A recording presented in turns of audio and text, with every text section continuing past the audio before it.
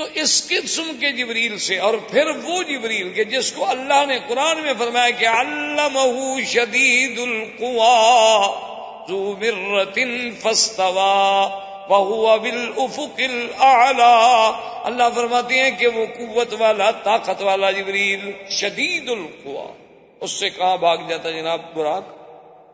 لیکن مسئلہ امت کو سمجھانا تھا، حضور کی امت کو سبق دینا تھا کہ بھئی اسباب پر بھی عمل کرو اور اللہ پر امید، یہ نہیں کہ اسباب چھوڑ کے ہاتھ پاؤں توڑ کے بیٹھ جاؤ بس جی ہم تو اللہ کے خزانے سے کھا رہے ہیں۔ اب حضور صلی اللہ علیہ وسلم فرماتے ہیں ثم اتیت، اس کے بعد میرے پاس 2 برتن لائے گئے، ایک روایت میں ہے کہ 3 برتن لائے گئے، ایک برتن میں شراب تھی، ایک برتن میں پانی تھا اور ایک برتن میں دودھ تھا۔ مجھے پیاس جو لگی تو میرے سامنے 3 برتن پیش کیے گئے، ایک میں پانی تھا، ایک میں شراب تھی اور ایک میں دودھ تھا، اور کہا گیا کہ حضور ان 3 میں سے جو آپ کو پسند ہو آپ اختیار فرما لیں، آپ چن لیں، آپ کے لیے سب ٹھیک۔ حضور صلی اللہ علیہ وسلم فرماتے ہیں فاخترت اللبن، میں نے تو دودھ کو اختیار کیا، میں نے کہا مجھے تو دودھ دے۔ تو جبریل علیہ السلام بڑے خوش ہوئے اور انہوں نے کہا اصبت الفطرت یا محمد صلی اللہ علیہ وسلم، حضور مبارک ہو، آپ نے تو بالکل عین فطرت پہ جو حق چیز ہے وہ چنی ہے۔ اگر آپ شراب لے لیتے رغبت امتوں کا، آپ کی امت گمراہ ہو جاتی، اور اگر آپ پانی پسند کرتے تو آپ کی امت پانی میں غرق ہو جاتی، اور آپ نے دودھ پسند کیا ہے چونکہ دودھ ہی تو ایک ایسی چیز ہے جو اللہ نے بندے کے لیے خود غذا بنائی، یہی تو چیز فطرت ہے۔ جیسے ہر بچہ فطرت پہ پیدا ہوتا ہے، اس کی غذائے فطرت جو ہے وہ دودھ ہے، کہ ماں کے بطن سے اسے دودھ ملتا ہے اور کوئی چیز نہیں ملتی۔ اگر اس سے کوئی دنیا میں غذا اور اچھی ہوتی تو اللہ اور اچھی دے دیتے، اللہ کے آگے کیا مشکل ہے؟ جو اللہ تبارک و تعالیٰ ایک عورت کے سینے میں دودھ پیدا کر سکتے ہیں، ایک عورت کی چھاتیوں میں دودھ کی نہریں بہا سکتے ہیں، اور وہاں دیکھیں وہ سسٹم کتنا رکھا ہوا ہے، فلٹر کیسا ہوتا ہے کہ دنیا کی لاکھ مشینری فلٹر کرے اتنا صاف نہیں ہو سکتا جتنا اللہ بچے کے لیے خود نظام بنایا ہوا۔ تو آپ نے وہ برتن لے لیا، اور اس کے بعد کہتے ہیں جبریل علیہ السلام مجھے لے کر مسجد اقصیٰ کی طرف داخل ہوئے، اور مسجد اقصیٰ میں نے دیکھا کہ وہ تو بھری ہوئی، اور بعض روایات میں یہ بھی آیا ہے کہ وہاں اذان دی گئی، اور وہی اذان ہے جو آج مسلمان دے رہے ہیں۔ یہ اذان دراصل اسراء کے زمانے میں مسجد اقصیٰ میں دی گئی اور حضور صلی اللہ علیہ وسلم کے سامنے، تاکہ حضور کو اس اذان کی تعلیم دی جائے اور آپ اپنے صحابہ کو تعلیم دی جا سکے۔ تو نے کہا اللہ اکبر اللہ اکبر، اللہ فرماتے ہیں صدق عبدی صدق عبدی، میرے بندے نے سچ کہا، سب سے بڑا میں اشہد ان لا الہ الا اللہ قال صدق عبدی لا معبود غیری، میرے بندے نے سچ کہا میرے سوا کوئی الہ۔ اشہد ان محمد رسول اللہ قال صدق عبدی انا استفیتہ انا اخترتہ انا ارسلتہ، اللہ نے فرمایا بالکل میرا بندہ سچ کہہ رہا ہے، باقی اس کو تو میں نے چن لیا، میں نے نبی بنا کے بھیجا ہے۔ اب اس نے کہا حی علی الصلاۃ حی علی الصلاۃ، آپ نے فرمایا صدق عبدی، اللہ فرماتے ہیں میرے بندے نے سچ کہا، حرز عبادی، میرے بندوں کو جگا رہا ہے، بلا رہا ہے کہ جلدی اللہ کی عبادت کی طرف پہنچو۔ تو بعض علماء نے لکھا ہے کہ یہ اذان اس وقت بھی ہوئی، اور پھر مدینہ منورہ میں ایک صحابی نے خواب میں بھی دیکھا، اور اس کو بھی حضور صلی اللہ علیہ وسلم چونکہ پہلے سن چکے تھے، اور پھر صحابی کا خواب تھا، فَأَثْبَتَهُ رسول اللہ، حضور نے پھر اسی کو ثابت کر دیا کہ اب یہی اذان رہے گی قیامت تک۔ تو اذان ہوئی، اور اس کے بعد حضور فرماتے ہیں میں نے دیکھا کہ مسجد بھری ہوئی ہے، وسألت جبریل من هؤلاء، یہ کون لوگ ہیں؟ انہوں نے کہا حضور آپ کو نہیں پتا کہ آپ کے استقبال کے لیے اللہ نے آدم سے لے کر عیسیٰ علیہ السلام تک تمام پیغمبر کھڑے، تو حضور صلی اللہ علیہ وسلم فرماتے ہیں کہ اب ہم سوچ میں ہیں کہ اذان ہو گئی، نماز ہو گئی، آج دیکھیں، اور ہر پیغمبر سوچ میں ہے کہ آج مقام امامت کسے نصیب ہوتا ہے۔ جب نماز کا جب وقت قریب آیا تو حضرت جبریل نے فرمایا صرت مشرقا و مغربا، میں نے مشرق مغرب شمال جنوب آسمان و زمین پھر کے سارا دیکھ لیا ہے، ما رأیت مثل محمد، میں نے مدنی کے شان کے مطابق کسی کی شان نہیں پائی، فتقدم یا محمد، حضور آپ آگے بڑھیں کیونکہ آپ سب سے اشرف، سب سے افضل، سب سے اعلیٰ ہیں، آج امام الانبیاء کا شرف آپ کو ملے گا۔ حضور صلی اللہ علیہ وسلم نے فرمایا میں نے وہاں نماز پڑھائی، اور اس کے بعد حضور صلی اللہ علیہ وسلم فرماتے ہیں کہ سب انبیاء بھی چلے گئے، ثم اخذنی جبریل فاتا عند الصخرۃ، پھر مجھے جبریل لے کے اس صخرہ کے پاس آئے جس پہ اللہ نے اس سیڑھی کو رکھا جہاں سے میرا معراج شروع ہوا۔ اللہ تعالی عالم وعلمہ اتم۔ برادران اسلام، محترم بھائیوں، دوستو، عزیز نوجوانوں، ہم نے اپنے ان دروس کے سلسلے میں جو سیرت النبی صلی اللہ علیہ وسلم سے متعلق ہیں بات پہنچی تھی حضور صلی اللہ علیہ وسلم کے اسراء اور معراج تک، اور یہ بات الحمدللہ ہم نے پڑھ لی، سمجھ لی کہ حضور صلی اللہ علیہ وسلم کا معراج مبارک جو ہے اور اسراء جو ہے وہ آپ کے روح مع الجسد کے ساتھ اور بحالت بیداری، یعنی یہ خواب کا واقعہ نہیں، نہ یہ کوئی روحانی معراج ہے، بلکہ یہ حقیقتاً جسمانی معراج ہے، اور آپ کا سفر مبارک جو ہے وہ روح مع الجسد ہے، مکہ سے بیت المقدس تک اور بیت المقدس سے آسمانوں تک۔ اسی پر جمہور صحابہ ہیں، اسی پر جمہور تابعین ہیں، محدثین ہیں، ائمہ فقہا ہیں، علماء ہیں، اولیاء اللہ ہیں، جمہور کی رائے جو ہے وہ یہی ہے۔ باقی حضور صلی اللہ علیہ وسلم کو معراج متعدد مرتبہ ہوئے ہیں، کبھی خواب میں، کبھی روحانی طور پہ، اس سے کسی کو انکار نہیں، لیکن یہ واقعہ ہے معراج جس کا ذکر اسراء و قرآن میں ہے، یہ واقعتاً معراج جسمانی۔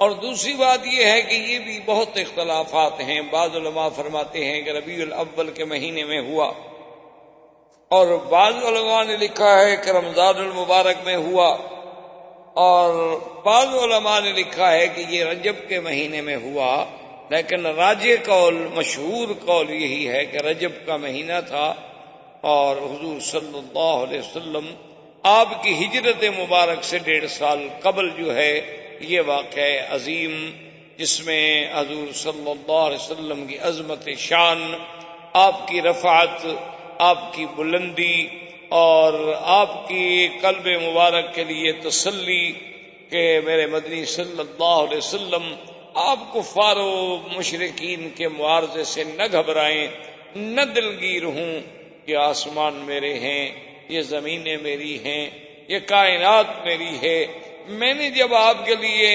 آسمانوں کو مسخر کر دیا ہے تو ان لوگوں کا کیا ہے، ہم جب چاہیں گے، یہ تو ہماری حکمت ہے کہ جب کوئی دائی دعوت پہ آتا ہے تو اس کی معارضت بھی ہوتی ہے، موافقت بھی ہوتی ہے، اور مخالفت بھی ہوتی ہے، کیونکہ یہ ناممکن ہے دنیا میں کوئی بات، کوئی دعویٰ، اور وہ بھی سچا پیش کیا جائے اور اس کی مخالفت نہ ہو۔ تو بہرحال حضور کا سفر اور حضور کا معراج جسمانی، اور راجح قول مبارک بھی یہی ہے کہ یہ رجب ہے اور ہجرت سے قبل۔ اب ہم نے تقریباً درس سابق میں اس بات تک پہنچے تھے کہ حضور صلی اللہ علیہ وسلم براق پر سوار ہو کر بیت المقدس میں پہنچے۔ راستے میں حضور نے بڑے اللہ کی قدرتوں کے مناظر دیکھے جس کا ذکر آپ سن چکے۔ مسجد اقصی میں پہنچنے کے بعد سیدنا جبریل علیہ السلام نے وہ ربا آپ کا جو براق تھی اس کو مسجد کے باہر ایک پتھر کے ساتھ باندھ دیا اور پھر حضور کو لے کر اندر تشریف لے گئے۔ اور یہ بات بھی کتابوں میں موجود ہے کہ جتنے اللہ کے انبیاء ہیں حقیقتاً اس کا عدد اللہ کے سوا کوئی نہیں جانتا۔ عام مشہور بات ہے کہ 1,24,000 ہیں، لیکن اللہ اعلم کہ حضرت آدم علیہ السلام سے لے کر حضرت عیسیٰ علیہ السلام تک تمام انبیاء جو ہیں وہ اس مسجد اقصی میں موجود۔ اب اسی پر علماء کرام نے بڑے اختلاف اور بڑے دلائل جمع کیے ہیں کہ سارے انبیاء، اب آدم علیہ السلام کو تو فوت ہوئے، ہزاروں سال گزر گئے، نوح علیہ السلام کی وفات کو ہزاروں سال گزر گئے، سیدنا ابراہیم علیہ السلام کی وفات کو ہزاروں سال گزر گئے، تو سارے پیغمبر جو تھے وہ کیسے وہاں تشریف لائے اور قبر کی زندگی کے بعد انہیں دوبارہ کیسے بھیجا گیا؟ اس پر علماء کی بڑی ابحاث ہیں، بڑے اقوال ہیں اور بڑی دقیق بحثیں ہیں جن سے آپ تعرض نہ کریں تو زیادہ بہتر ہے، کیونکہ وہ خالص علمی مباحث اور وہ اس وقت تک سمجھ نہیں آ سکتے جب تک آدمی کا ان علوم پر دسترس نہ ہو۔ آپ اتنی بات سمجھ لیں کہ اللہ کی قدرت کے آگے یہ بات بعید نہیں کہ اللہ تبارک و تعالیٰ اگر قیامت میں سب کو زندہ کرنے پہ قادر ہیں تو اس سے پہلے بھی قادر ہیں۔ ہارون علیہ السلام جب فوت ہو گئے اور بنو اسرائیل اس وقت وادی تیہ میں تھے، وادی تیہ جو ہے یہ مصر اور شام کے درمیان، بیت المقدس کے درمیان میں ایک بہت بڑا صحرا اور ایک بہت بڑا میدان ہے جس کا نام، اور یہ وادی تیہ جو ہے تقریباً 90 میل لمبی اور 27 میل چوڑی ہے۔ اسی میں اللہ نے بنو اسرائیل کو قید کر دیا تھا، 6 لاکھ آدمیوں کو، کہ 40 سال تک وہ اسی میں سرگردان پھرتے رہے اور باہر نہیں نکل سکے۔ تو اسی وادی تیہ میں حضرت سیدنا ہارون علیہ السلام کی وفات ہو گئی۔ ہارون علیہ السلام کے وفات کے کچھ دنوں کے بعد بنو اسرائیل نے نعوذ باللہ آپس میں یہ باتیں کہنی شروع کر دی کہ ہارون علیہ السلام چونکہ ہمارے ساتھ بڑی مہربانی کرتے تھے، ہمارے ساتھ بہت محبت کرتے تھے، موسیٰ علیہ السلام نے ہی ان کو مار دیا۔ یعنی بنو اسرائیل ایک ایسی قوم ایک عذاب میں مبتلا ہے، اللہ کے نبی کا فرمان نہیں مانا تو اللہ نے ان کو بطور عذاب میدان تیہ میں رکھا کہ انہا محرمۃ علیہم 40 سنۃ یتیہون فی الارض، کہ 40 سال تک میرے نبی اسی زمین میں پھرتے رہیں، اس سے نہیں نکل سکتے۔ اب دیکھیں خدا کی قدرت اور خدا کی سزا کہ ایسی جیل بنا دی جس کی کوئی دیوار نہیں، کوئی باڑ نہیں، کوئی تار لگانے کی ضرورت نہیں، کوئی پہرے کی ضرورت نہیں، کوئی رینجر، کوئی پولیس، کوئی پیرا، کوئی انتظامات، کوئی سپرنٹینڈنٹ جیل، کچھ بس حکم ہے کہ اس سے نہیں نکل سکتے، نہیں نکل سکے۔ 40 سال 6 لاکھ آدمی ہیں، 1-2 آدمی بھی نہیں ہیں، ساری رات سفر کرتے اور صبح جب اٹھتے دیکھتے جہاں سے چلے تھے وہی۔ تو اتنے یعنی چیزیں دیکھنے کے باوجود حضرت موسیٰ علیہ السلام بھی الزام لگا دیا کہ ہارون علیہ السلام کو آپ نے قتل کر دیا۔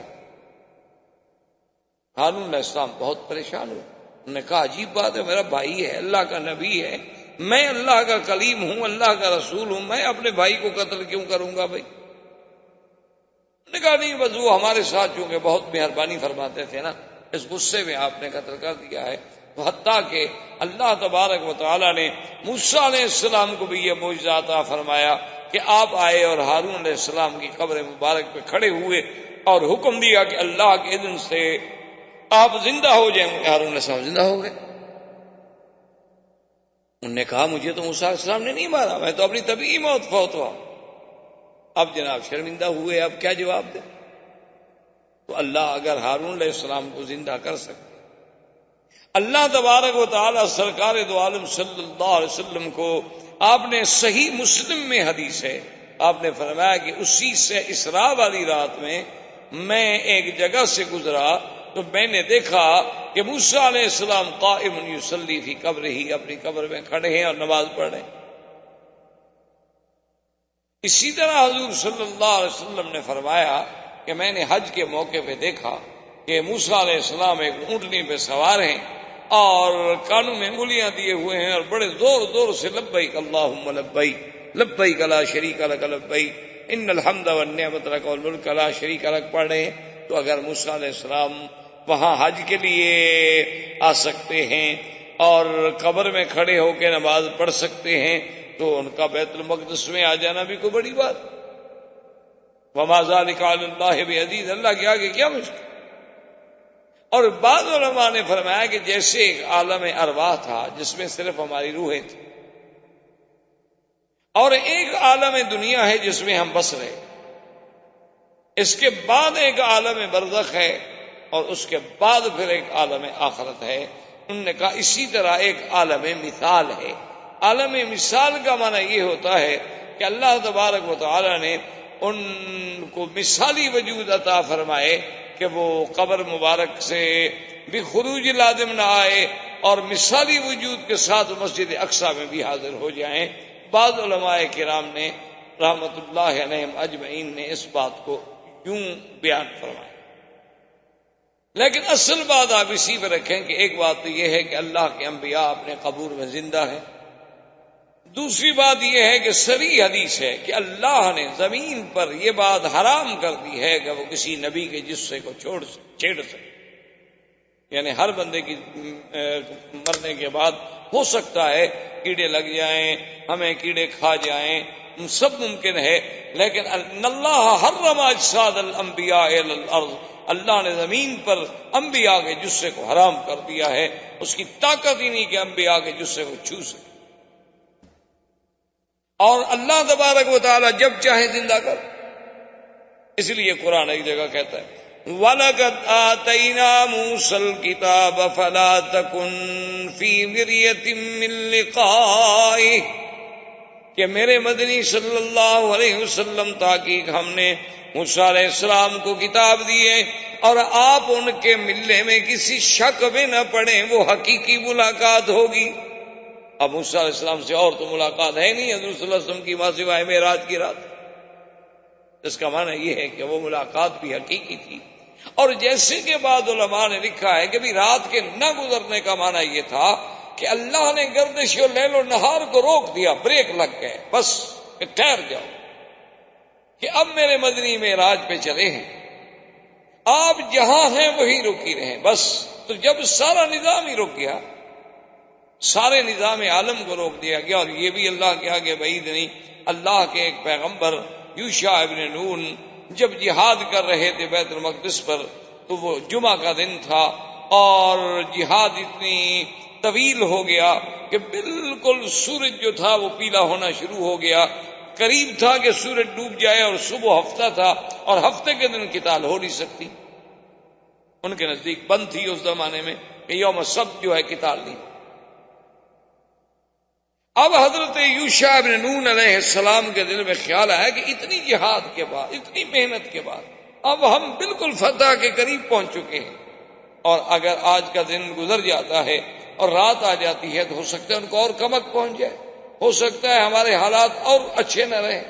تو حدیث میں موجود ہے کہ آپ نے سورج کی طرف دیکھا اور فرمایا کہ انک مامورۃ وانا مامور، دیکھو تم بھی اللہ کی مخلوق ہو اور تم بھی اللہ کے حکم سے چلتے ہو، اور میں بھی اللہ کا بندہ ہوں اور اللہ کے حکم پر جہاد کر رہا ہوں۔ اللہم احبسھا، میرا اللہ اس کو روک دو، یہ رک جائے تاکہ وقت لمبا ہو جائے اور ہم جہاد میں کامیاب ہو جائیں۔ سورج رک گیا، آپ نے جہاد کیا، فتح ہو گئی، پھر بھی سورج کھڑا ہے اور آرام سے آپ نے عصر کی نماز ادا فرمائی۔ تو اگر ایک پیغمبر کے کہنے سے سورج رک سکتا ہے تو سرکار دو عالم صلی اللہ علیہ وسلم کے لیے یہ پورا نظام عالم جو ہے کیوں نہیں روک سکتا؟ اس کے روکنے میں کیا اشکال؟ تو اس لیے علماء نے فرمایا کہ اس عالم کو اللہ نے روک دیا اور انبیاء کو وہاں بھیج دیا، اور اللہ کے آگے کوئی مشکل نہیں۔ اور اسی طرح یہ بھی روایات میں موجود ہے کہ اسی اسراء و معراج کی رات میں اللہ کے ایک فرشتے نے آذان دی، یعنی یہ آذان جو ہے یہ بھی لیلۃ المعراج سے چلی۔ ایک بندے نے، ایک ملک نے آذان دی کہ اللہ اکبر اللہ اکبر، فقال اللہ صدق عبدی صدق عبدی۔ جب اس نے کہا کہ اللہ اکبر اللہ بڑا ہے تو اللہ نے فرمایا ہاں میرا بندہ سچ کہہ رہا ہے، میں ہی بڑا ہوں، مجھ سے بڑا کون؟ جب اس نے کہا اشہد ان لا الہ الا اللہ، اللہ نے فرمایا صدق عبدی، میرے بندے نے سچ کہا ہے، کیونکہ لا معبود بحق سوا، اللہ کے سوا کوئی الہ نہیں۔ اس نے کہا اشہد ان محمد رسول اللہ، قال صدق عبدی انا ارسلته وانا اصطفیته وانا ائتمنته۔ اللہ نے فرمایا کہ میرے بندے تو نے سچ کہا، محمد مصطفیٰ کو میں نے رسالت دی ہے، میں نے آپ کو نبوت کے لیے چن لیا ہے، میں نے آپ کو اپنے وحی کا امین بنایا ہے، تم ٹھیک کہہ رہے ہو۔ تو یہ آذان جو ہے علماء نے لکھا کہ اصل میں ایک فرشتے نے کہی اور پھر یہ آذان دی گئی محمد الرسول اللہ صلی اللہ علیہ وسلم۔ اور ایک حدیث میں آتا ہے کہ ایک صحابی نے خواب دیکھا تھا، وہ بھی بعید نہیں، کبھی معراج کی رات بھی یہ چیز دکھائی گئی ہو اور ایک صحابی کو خواب میں بھی دکھلا دیا گیا ہوتی ہے، کوئی ایسی بات نہیں ہے کہ دو آدمی خواب نہیں دیکھ سکتے، یا ایک واقعہ یہاں پیش آیا ہے، ایک واقعہ کسی اور جگہ پیش آیا۔ تو اب جناب علماء فرماتے ہیں کہ اذان جب ہوئی تو حضرت آدم علیہ السلام سے لے کر سیدنا عیسیٰ علیہ السلام تک ہر پیغمبر اپنے دل میں متفکر بھی ہے، خیال بھی ہے اور تمنا بھی ہے کہ بھئی آج امامت کسے ملے گی۔ آدم علیہ السلام کے دماغ میں یہ خیال ہے کہ انا ابو البشر، کہ میں ہی تمام انسانیت کا باپ ہوں، مجھ سے زیادہ کون آج بلا مستحق ہو سکتا۔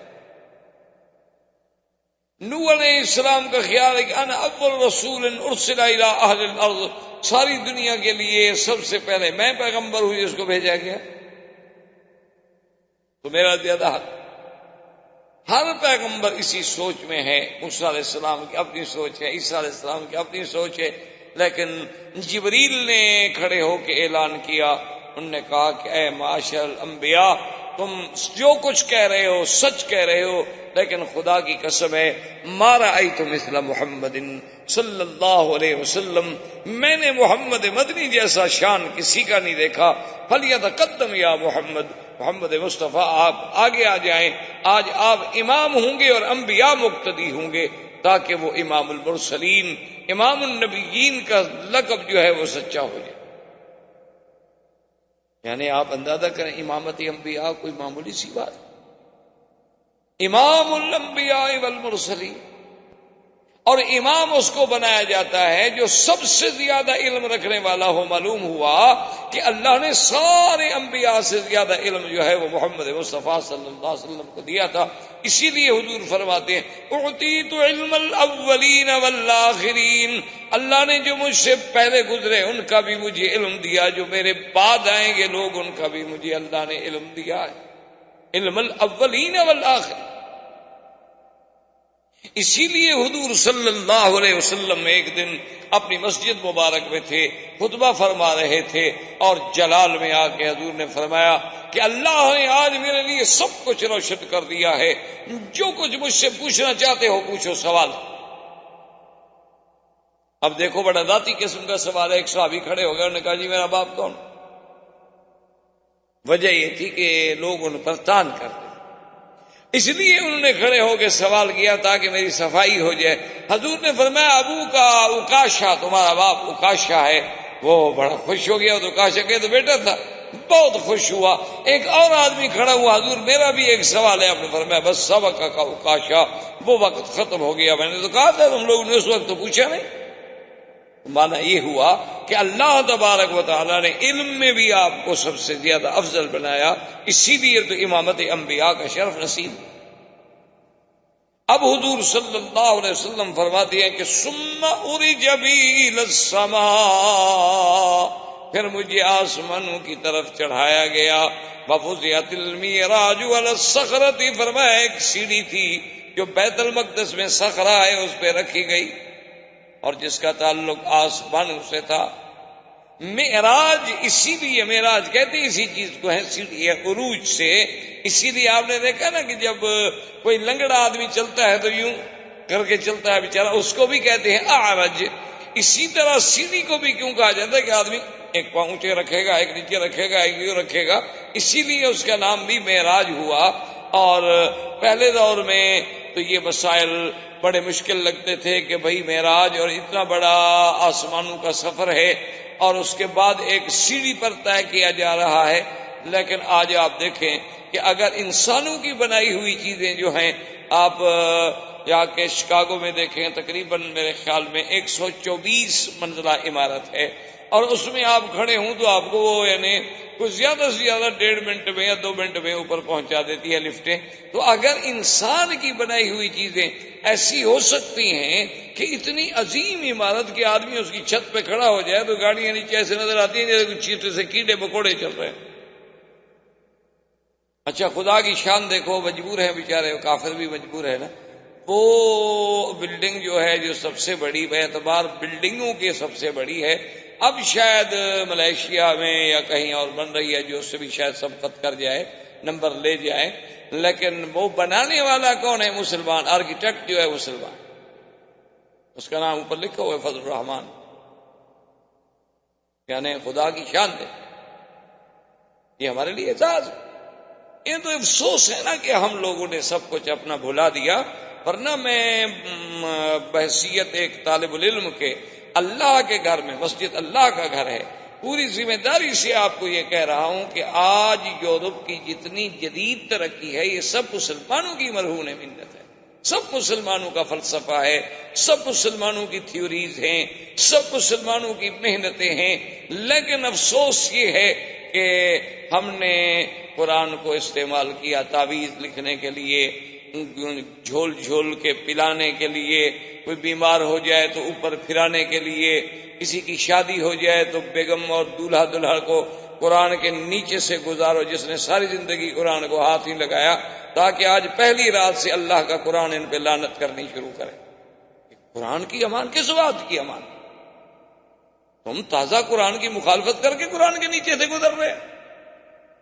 تمہارا میک اپ، تمہارا سنگار، تمہارا لباس، تمہارا تمدن، تمہاری دعوت، تمہاری پارٹی، تمہارے یہ پھول، تمہارے یہ سہرے، تمہارا یہ عیسائیوں والے لباس، تمہاری یہ افراح کے اندر پارٹیاں، دعوتیں، غیروں کے سامنے فلموں کا بننا، یہ اسی لیے قرآن کے نیچے گزار رہے ہو کہ بڑی حرمت والی بیوی ہے اللہ کے قرآن کے نیچے سے گزر رہی ہے بیچاری. کیا تماشا! کیوں اللہ کے قرآن کو مذاق بنا دیا گیا؟ اسی لیے اللہ کا قرآن آیا تھا. بی بی فاطمہ الزہرا کو تو کسی نے قرآن کے نیچے نہیں گزارا، ہماری بیٹیاں ان سے بھی بڑا مرتبہ لے گئیں. حضور صلی اللہ علیہ وسلم کی بیٹی ہوئی رقیہ ہے، ام کلثوم ہے، بی بی زینب ہے، ان کو تو کسی نے قرآن کے نیچے نہیں گزارا. ان کی بیٹیوں سے بھی ہمارا مرتبہ زیادہ ہو گیا ہے. حضور کی اپنی شادیاں ہوئی ہیں جو صاحب قرآن، صاحب شریعت ہے، جس میں اللہ کا وحی اتری. یاد رکھو قرآن سایہ کرتا ہے، سایہ رحمت ہے، لیکن کب؟ جب قرآن پہ عمل کرو گے. ورنہ یہی قرآن تمہارے اوپر گواہ ہوگا کہ حتیٰ کہ قیامت والے دن اللہ کے آگے قرآن پاک میں موجود ہے کہ قرآن فریاد کرے گا کہ یا اللہ یہ وہ قوم ہے، یہ تیرے بندے ہیں کہ جنہوں نے مجھے چھوڑ دیا تھا، کبھی مجھ پر عمل ہی نہیں. ان قوم اتخذوا هذا القرآن مہجورا. تو بہرحال میرے کہنے کا مقصد یہ تھا کہ اگر آپ ٹھنڈے دل سے دیکھیں تو حقیقتاً یہ ہے کہ ایک دعویٰ یا ایک علم دیا ہی اللہ کے قرآن نے ہے. آج پوری دنیا اٹامک انرجی اور فلاں سب سے پہلے یہ کس نے آئیڈیا دیا تھا؟ کس نے یہ نظریہ دیا تھا کہ ارسل علیہم طیرا ابابیل ترمیہم بحجارۃ، کہ ایک پرندہ آتا ہے، اس کی چونچ میں ایک پتھر ہے اور اوپر سے ڈالتا ہے اور تباہی کر دیتا ہے. ان قوموں نے ریسرچ کی، ساری دنیا آج تک اسی ارسطو، اسی ابن سینا، اسی کے محتاج ساری دنیا آج تک. یعنی آپ دیکھ لیں کہ آج بھی اتنے جدید مشینری کے بعد، یعنی ہم دعوے سے کہہ سکتے ہیں، آپ ہندوستان کو مجھ سے زیادہ جانتے ہیں، آج بھی ہندوستان میں جو عمارتیں موجود ہیں، جن کے آثار سابقہ موجود ہیں، وہ اتنی جدید علوم و مشینری اور اتنی جدید فراوانیوں کے باوجود آج تک کہیں نہیں بن سکے. یعنی آج بھی وہ ضرب المثل ہے. آج بھی آپ دیکھیں اہرام مصر جو ہیں وہ اپنی مثال آپ ہیں. مسلمانوں کو تو اللہ نے باعتبار زمان کے، باعتبار مکان کے، باعتبار وسائل کے، باعتبار علم کے، یعنی ایسی نعمتوں سے نوازا ہے کہ اب ہم خود خدا کو چھوڑ دیں تو پھر اللہ ہم پر قہر نہیں کرے گا تو کیا کریں؟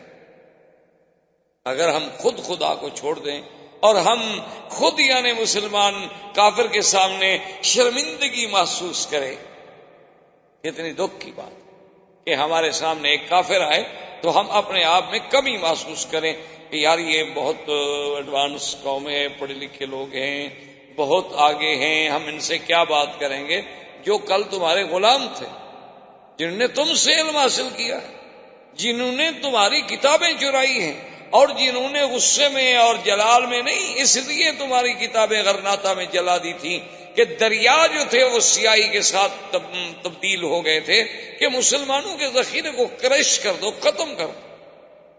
آج بھی آپ دیکھ لیں جناب، ہندوستان بہت بڑا ملک ہے، ٹھیک ہے، اس میں کوئی شک ہے. آپ دیکھ لیں ہندوؤں کی اور متعصب ہندوؤں کی حکومت ہے، لیکن آپ کا سب سے بڑا آئٹم پہ کام کرنے والا کون ہے؟ پھر بھی مسلمان. آپ تو کرکٹ نہیں جیت سکتے جب تک مسلمان ساتھ ہوں. ایسی قوم ہے آپ، کرکٹ نہیں جیت سکتے. اور نخرا اور تازہ اور روب یہ ہے، ہاں ظلم کرنا بہادری نہیں ہوتی کہ مسلمانوں کی بستیاں اجاڑ دو، کہیں بم مروا دو، کہیں کچھ کر، یہ کوئی بہادری نہیں. بہادری تو یہ ہوتی کہ اتنے عرصے کے بعد تم مسلمانوں کا دل جیت لیتے. بہادری تو تب ہوتی کہ محمد ابن قاسم جہاں گیا، جب واپس جانے لگا تو لوگ دھاڑے مار مار کے رو رہے تھے کہ کہاں چھوڑ کے ہمیں جا رہے، تم کیا کر رہے ہیں؟ اس نے کہا میں تو اپنے امیر کے حکم کا پابند ہوں، مجھے حکم آ گیا واپس جاؤ، بس میں جا رہا ہوں. جہاں سے مسلمان گزرے ہیں لوگ تاریخیں اٹھا کے دیکھ رہے ہیں، لوگ روتے تھے کہ اتنے اچھے لوگ آئے تھے ہمارے پاس، کہاں واپس جا رہے ہیں، کیوں جا رہے ہیں؟ تو اگر تمہاری ہندو تہذیب میں کوئی قابلیت تھی، کوئی کشش تھی، کوئی چاشنی تھی تو اتنے عرصے سے تمہیں حکومت کرنے کا موقع ملا. یہ تو نہ ہوتا کہ آج مسلمان صرف مسلمان نہیں، مسلمان ہوں، دلت ہوں، شودر ہوں، ماں سوائے برہمن کے کون ہے جو تم پر خوش ہو؟ تو تم ان کو کیوں نہیں اپنا بنا سکتے؟ لیکن آخر کوئی وجہ تو ہے. تو اس لیے یہ ساری چیزیں جو تھیں کہ آج ہم جب وہ لفٹ دیکھتے ہیں تو مسئلے سمجھ آتے ہیں کہ مولا یہ تو انسانوں کی بنائی ہوئی ہے. تو نے اپنے نبی کے لیے پتہ نہیں کتنی تیز رفتار سیڑھی رکھی ہوگی کہ میرے مدنی بس تم بٹن اوپر کھڑے ہو جاؤ، بس نورانی بٹن کے ساتھ آسمانوں پہ ہم خود پہنچا دیں. تمہارے ذمہ کھڑا ہونا، ورنہ یہ نہیں کہ آپ چلتے رہیں اور سیڑھیوں پہ چڑھتے رہیں.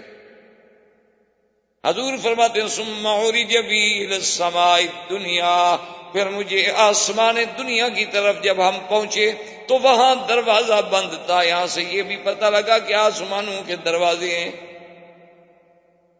یہ نہیں کہ جدید فلسفی جیسے کہتے ہیں جی آسمان تو ہے ہی نہیں، آسمان کا کہتے ہیں وجود ہی نہیں. یہ کیا ہے؟ وہ کہتے ہیں جو تمہیں نظر آتا ہے یہ نیلگوں فضا ہے، اس کے اثرات ہیں، وہ نظر آتے ہیں، آسمان نہیں. یہ جھوٹے ہیں. جب اللہ قرآن میں کہتا ہے کہ ہم نے آسمان پیدا کیے ہیں، الذی خلق سبع سماوات طباقا، اللہ فرماتے ہیں ہم نے آسمان 7 بنائے ہیں طبق. اور اس کے بعد علماء نے یہ بھی لکھا ہے کہ پہلا آسمان جو ہے موج مکفوف، اور دوسرا آسمان جو ہے مرمرتن بیضاء، اور تیسرا آسمان جو ہے وہ لوہے سے بنایا گیا، چوتھا جو ہے وہ نحاس سے بنایا گیا، پانچواں جو ہے وہ فضہ سے بنایا گیا، اور چھٹا جو ہے وہ سونے سے بنایا گیا، اور ساتواں جو ہے وہ یاقوت احمر سے بنایا گیا. ہر آسمان اپنی اپنی جنسی الگ، لیکن خدا کی شان دیکھو، زمین کی جنس ایک. زمینیں بھی ساتھ ہیں. وَمِنَ الْأَرْضِ مِثْلُهُنَّ. اللہ نے فرمایا قرآن میں کہ زمینیں بھی اسی طرح جیسے آسمان ساتھ ہیں زمینیں بھی ساتھ ہیں، لیکن زمین کی جنس ایک ہے، زمین مختلف نہیں. یعنی ساتوں طبقات اس کے جو ہیں ان کی. اسی لیے قرآن جہاں بھی نام لے گا آپ دیکھیں کہ آسمان کا جمع کا صیغہ آئے گا، زمین کا مفرد کا صیغہ آئے گا، کیونکہ زمین وہاں مراد الارض سے جنس الارض مراد ہو. اللہ تبارک و تعالی نے فرمایا 7 سماوات طباقا. ایک جگہ نہیں فرمایا، کئی مقامات پہ فرمایا. افلا ينظرون الى الابل كيف خلقت والى السماء كيف رفعت. اللہ فرماتے ہیں نہیں دیکھتے میں نے آسمانوں کو کیسے بلند کیا ہے.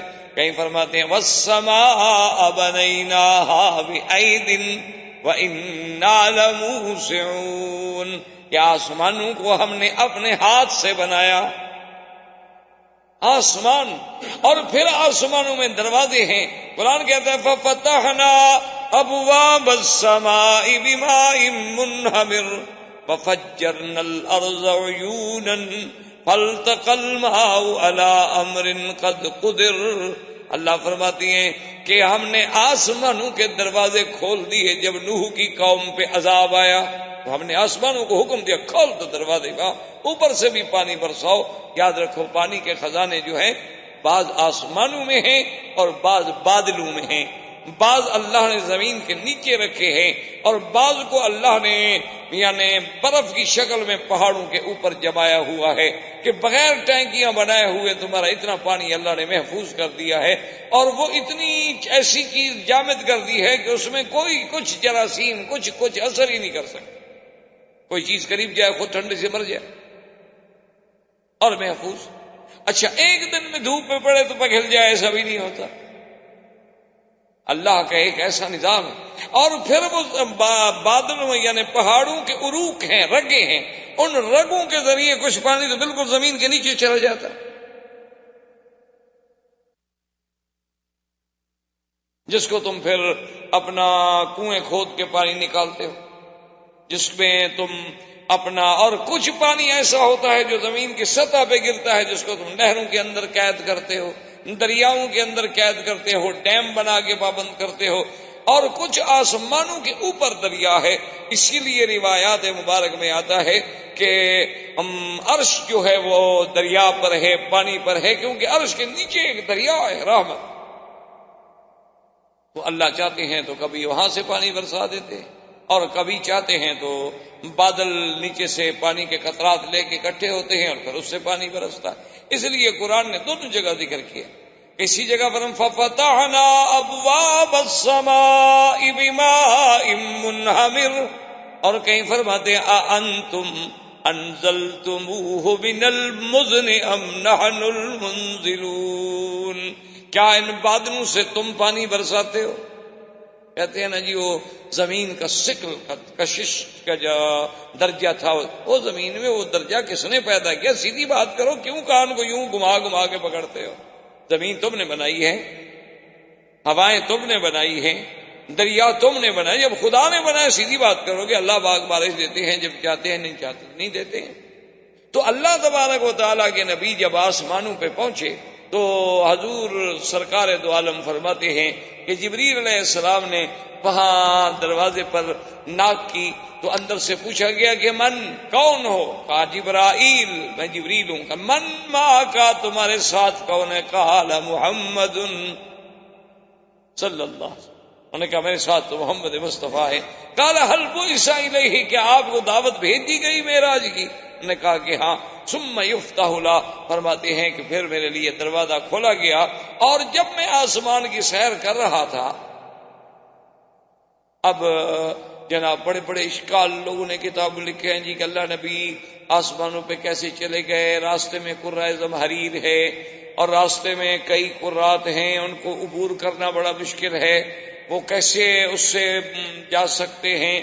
اللہ کے بندے کچھ دیکھو. اصل وجہ یہ تھی کہ جیسے لکھا ہے نا شاہ ولی اللہ محدث دہلوی نے، اللہ ان کی قبر پہ رحمت فرمائے، انہوں نے لکھا ہے کہ اللہ نے جتنے انبیاء کو معجزے دیے ہیں نا، حضرت نوح علیہ السلام سے لے کر سرکار دو عالم حضرت محمد رسول اللہ علیہ السلام تک جتنے معجزے ملے ہیں، اللہ قیامت کے آنے سے پہلے ان معجزات کی مثالیں دنیا میں پیش کر دیں گے، تاکہ قیامت میں کوئی یہ کہہ نہ سکے کہ اللہ میاں یہ بات تو عقل میں نہیں آتی تھی، ہم کیسے مانیں۔ تو آج اگر تمہارے صواريخ، آج اگر تمہارے بنائے ہوئے اپنے مکوک فضائی جو ہیں وہ چاند پہ جا سکتے ہیں اور وہ یہ سارے کرے کراس کر لیتے ہیں، تو اللہ کا نبی اگر جانا چاہے اور لے جانے والا بھی خود اللہ کا حکم سے جبریل ہو، تو حضور کیوں نہیں جا سکتے؟ کیا مشکل ہو گئی؟ اور پھر اگر جن جو ہیں وہ آسمانوں کے قریب جا سکتے ہیں، وَأَنَّا كُنَّا نَقْعُدُ مِنْهَا مَقَاعِدَ لِلسَّمْعِ فَمَن يَسْتَمِعِ الْآنَ يَجِدْ لَهُ شِهَابًا رَّصَدًا، کہ ہم نے اپنے سننے کے لیے وہاں ٹھکانے بنا رکھے تھے۔ اگر جن وہاں جا سکتے ہیں تو سرکار دو عالم رحمت دو جہاں صلی اللہ علیہ وسلم وہاں کیوں نہیں جا سکتے؟ حضور فرماتے ہیں کہ جب میں آسمان دنیا میں پہنچا، میں نے دیکھا کہ ایک آدمی ہے، بڑا لمبا قد ہے، کہتی ہے میں حیران ہو گیا کہ ایک آدمی اتنا بڑا قد، اور اس کی ایک کیفیت بھی میں نے دیکھی کہ جب وہ جانب یمین دیکھتا ہے تو خوش ہوتا ہے، مسکرا دیتا ہے، اور جب جانب یسار دیکھتا ہے تو رو دیتا ہے۔ متعجب تو میں حیران ہوا، میں نے کہا جبریل من نہا، یہ کون؟ میں نے کہا حضا ابو کا آدم، یہ تو آپ کا ابا آدم ہے، چلے آپ سلام کریں۔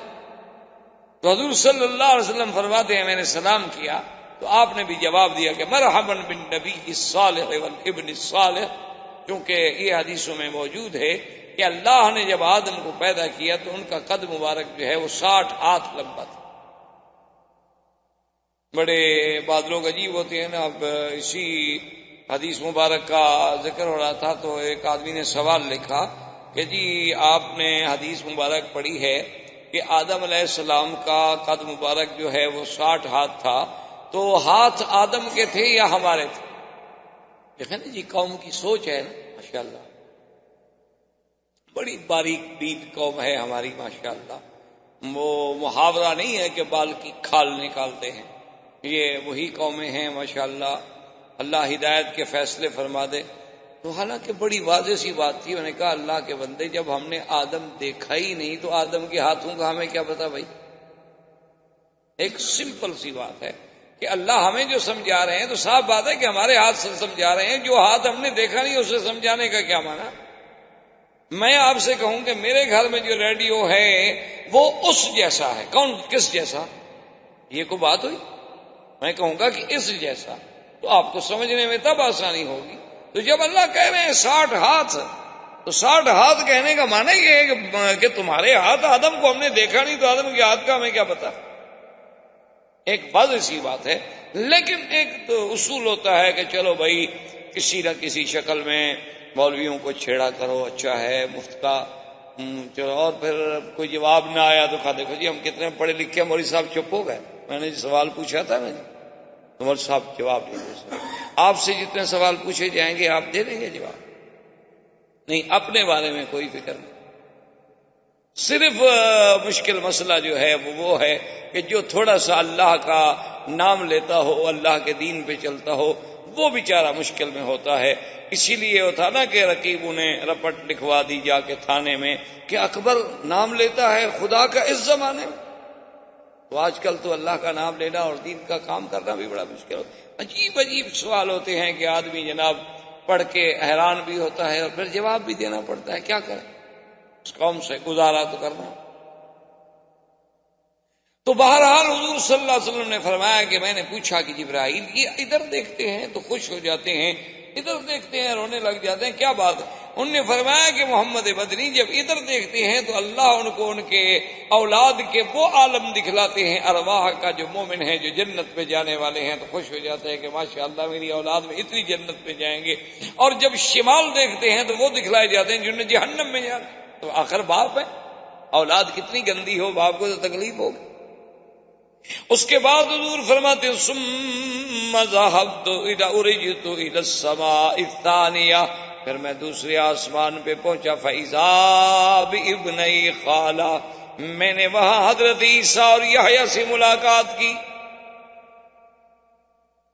اسی طرح پھر تیسرے آسمان پہ تشریف لے گئے، حضرت ادریس سے ملاقات ہوئی، پھر حضرت ہارون سے ملاقات ہوئی، اور چھٹے آسمان پہ حضرت موسیٰ علیہ السلام سے ملاقات ہوئی، اور ساتویں آسمان پہ جب پہنچے تو حضور فرماتے ہیں کہ میں نے دیکھا کہ ایک گھر ہے اور اس کے ساتھ ایک آدمی ٹیک لگا کے بیٹھے ہیں، اور اتنا فرمایا خوبصورت ہیں، اتنا ان کے چہرے پہ جمال ہے، داڑھی مبارک سینے تک ہے، اور حضور نے فرمایا یوں سمجھ لو کہ بالکل ان کی شکل جو تھی میری شکل سے ملتی تھی۔ تو میں نے پوچھا کہ جبریل من ھذا، یہ کون ہے؟ فرمایا ابو کا ابراہیم، آپ کا ابا ابراہیم ہے۔ تو میں نے کہا جبریل یہ گھر کیا ہے؟ فرمایا بیت المعمور، یہ آسمان والوں کا کعبہ ہے، جیسے اللہ نے زمین میں کعبہ بنایا ہے اسی طرح ساتویں آسمان پر بھی کعبہ ہے۔ اس کعبے کا طواف بندے کرتے ہیں اور اس کعبے کا طواف اللہ کے فرشتے کرتے ہیں، اور کل یوم 70,000 ملک، 70,000 فرشتہ دن میں آتا ہے طواف کرنے کے لیے۔ اور جبریل نے کہا کہ محمد عربی اسی سے اندازہ لگا لو اللہ کے فرشتوں کا کہ جس نے ایک دفعہ طواف کر لیا اس کو قیامت تک پھر نمبر نہیں ملے گا۔ 70,000 طواف روز کرتے ہیں، اور ان کو پھر جو کر گئے بس وہ کر گئے، پھر ان کو قیامت تک موقع نہیں ملے۔ حضور صلی اللہ علیہ وسلم فرماتے ہیں کہ جب میں ساتویں آسمان پہ پہنچا اور اس کے بعد مجھے لے جایا گیا سدرۃ المنتہا، ایک درخت ہے بیری کا، اور اس کو منتہا کیوں کہتے ہیں یاد رکھیں کہ اللہ سے جو احکام آتے ہیں وہ بھی وہی آتے ہیں، پھر وہاں سے فرشتوں کو ملتے ہیں، اور نیچے سے جو ہمارے اعمال جاتے ہیں وہ بھی وہی تک پہنچتے ہیں، منتہا ہو بس انتہا۔ تو حضور فرماتے ہیں کہ جب میں سدرۃ المنتہا پہ گیا تو میں نے وہ درخت دیکھا، فرماتے ہیں وہ کوئی درخت تھا عجیب سا درخت، فَإِذَا أَوْرَاقُهَا كَآذَانِ الْفِيلَةِ، اس کے پتے ایسے تھے جیسے ہاتھی کے بڑے بڑے کان ہوتے ہیں، ہاتھی کے بڑے بڑے کان ہوتے ہیں۔ تو اس طرح بعض علماء نے فرمایا کہ اللہ نے حضور صلی اللہ علیہ وسلم کو بھی ہاتھی دکھلایا، تبھی تو حضور نے تشبیہ دی، اور فرمایا وَإِذَا ثَمَارُهَا، اور اس کو جو پھل لگے ہوئے تھے نا، جو بیر لگے ہوئے تھے، وہ ہماری طرح کے نہیں تھے، فرمایا کلال حجر، جیسے بنو حجر کے مٹکے ہوتے ہیں نا بڑے بڑے، ایسے بڑے بڑے بیر تھے اس کے۔ اور حضور نے فرمایا کہ اس کے ہر پتے پہ اللہ کا فرشتہ تھا۔ اور اس کے بعد فرماتی ہیں کہ میں ابھی کھڑا دیکھ رہا تھا کہ اس کو ایک نور نے ڈھانپ لیا، جس کو قرآن کہتا ہے یغشی السدرۃ ما یغشی ما کذب الفؤاد ما رأى لقد رأى من آیات ربہ الکبریٰ۔ اللہ تبارک و تعالیٰ فرماتے ہیں کہ جب ڈھانپ لیا ڈھانپنے والی چیز اس رحمت نے سدرہ کے درخت کو، اور اس کے بعد جو کچھ میرے مدنی نے دیکھا بالکل حقیقت ہے، نہ تو آنکھوں کو دھوکہ لگا ہے اور نہ دل میں کوئی غلط خیال آیا، بلکہ اللہ نے آپ کو اپنی بڑی بڑی نشانیاں دکھلائی ہیں۔ اور اس کے بعد حضور فرماتے ہیں کہ ثم غشیا نور، پھر اس کے بعد ایک منظر بدلتا ہے کہ اس پہ ایک ایسا نور چھا جاتا ہے۔ فرمایا کہ میں بیان کرنے سے قاصر ہوں، میں بیان نہیں کر سکتا کہ وہ کیسا نور تھا۔ فرمایا لمنا، اسی لیے علماء نے لکھا ہے کہ اندازہ کریں کہ حضور صلی اللہ علیہ وسلم جیسا فصیح اللسان افصل انسانیہ شخص جو ہے وہ نہ بیان کر سکے تو اور کس کی طاقت ہے کہ وہ بیان کرے گا۔ اب اس کے بعد فرماتے ہیں، اب یاد رکھیں کہ اس میں اکثر محدثین کرام اور بخاری و مسلم اور صحیح احادیث مبارک سے صرف جو ہمیں ثبوت ملتا ہے معراج کا وہ سدرۃ المنتہا تک ہے، لیکن بعض روایات میں یہ بھی ہے کہ اس کے بعد پھر رف آئے، اور فرماتے ہیں کہ مجھے اس پہ بٹھایا گیا رف رف کی پوزیشن یوں تھی، یوں سمجھنے کہ جیسے ایک قالین بچھا دیا جائے اور قالین پہ کوئی کھڑا ہو. اور جب وہ اس کو اوپر اٹھایا گیا تو میں نے دیکھا کہ جبریل تو کھڑے ہو گئے. جبریل جو تھے وہ کھڑے تھے. تو میں نے کہا جبریل تم کیوں رک گئے؟ تم تو میرے ساتھ آئے ہو، تم تو زمین سے میرے ساتھ ہو. اس نے کہا کہ یا محمد صلی اللہ علیہ وسلم، اب میں اس جگہ سے آگے جو ہے بالکل نہیں جا سکتا. اگر میں ذرا بھی تجاوز کروں تو مجھے جلا دیا جائے گا. میری طاقت نہیں ہے کہ میں اگلے تجلیات کو برداشت کر سکوں. اس لیے کسی نے کیا خوب لکھا ہے، اس نے کہا کہ جہاں جبریل جیسے نوری فرشتے کے مقام کی انتہا ہوئی، وہاں سے پھر میرے مدنی کے مزید معراج کی ابتدا. صلی اللہ علیہ وسلم صلی اللہ علیہ وعلی آلہ واصحابہ وسلم تسلیما کثیرا کثیرا. اسی طرح یعنی بڑا ایک شاہ جی رحمت اللہ علیہ کا ایک لطیفہ یاد آیا کہ کسی دور میں وہ اتفاق ہوا ختم نبوت کے مسئلے پر، تو قادیانیوں سے مقابلہ تھا. تو اس میں ایک بریلوی علماء کی طرف سے ایک بڑے بزرگ ہوتے تھے، ان کے ساتھ بھی لفظ نورانی، ایک تو آج کل ہے ہمارے نورانی صاحب، ایک اس زمانے میں ان کے ساتھ بھی لفظ نورانی لگتا تھا. خیر بہرحال تو وہ جناب اتحاد بنا کہ بھئی قادیانیت کے خلاف ایجیٹیشن اور تحریکیں اور فلاں. اب جناب ہر صورت یہ ہے کہ پھر ان کا زور تھا. اب تحریکوں میں تو پھر مار کھانی پڑتی ہے، جیلیں اور تشدد اور سب کچھ. تو وہ جو نورانی صاحب تھے وہ انہوں نے اس کے بعد بائیکاٹ کر دیا کہ بھی میرا اس اتحاد سے کوئی تعلق. بائیکاٹ ہو. تو شاہ جی رحمت اللہ علیہ بڑے عجیب خطیب تھے اور بڑی اچھی عجیب ان کی مزاح ہوتی تھی. تقریر فرما رہے تھے کہ کسی نے چٹ لکھا کہ حضرت آپ کو نورانی کیوں چھوڑ گئے؟ تو شاہ جی مسکرائے. انہوں نے کہا بھئی ان کی تو پرانی عادت ہے، یہ میرے نانے کو بھی چھوڑ گئے وہ سدرۃ المنتہا. انہوں نے کہا ان کی تو پرانی عادت ہے، یہ راستے میں ہی چھوڑ جاتے. تو اس میں ہمارا تو کوئی قصور ہے نہیں. اس نے کہا وہ نوری تھا نا اس لیے چھوڑ گیا. میں اگر خاکی بندہ مدنی کے ساتھ ہوتا تو جل جاتا، لیکن ساتھ تو نہ چھوڑتا نا. لیکن نوری تھا، جل گیا. تو یہ بھی نوری لوگ ہیں، ہم خاکیوں کے ساتھ چل نہیں سکتے، ہم کیا. تو بہرحال یہ تو ایک لطیفہ تھا. تو اس کے بعد حضور صلی اللہ علیہ وسلم فرماتے ہیں کہ پھر میرا اللہ تبارک و تعالی کا قرب نصیب ہوا. اور اسی پہ ابن عباس فرماتے ہیں کہ حضور نے اللہ کی زیارت کی اور اللہ تبارک و تعالی نے ابراہیم کو خلیل اللہ کا لقب بخشا اور موسیٰ کو کلیم اللہ کا لقب بخشا اور مدنی کو رویت کا شرف بخشا، جو کسی پیغمبر کو نہیں ملا کہ اس نے اپنے رب کی دیدار کی ہو. یہ صرف ملا تو سرکار دو عالم صلی اللہ علیہ وسلم کو ملا.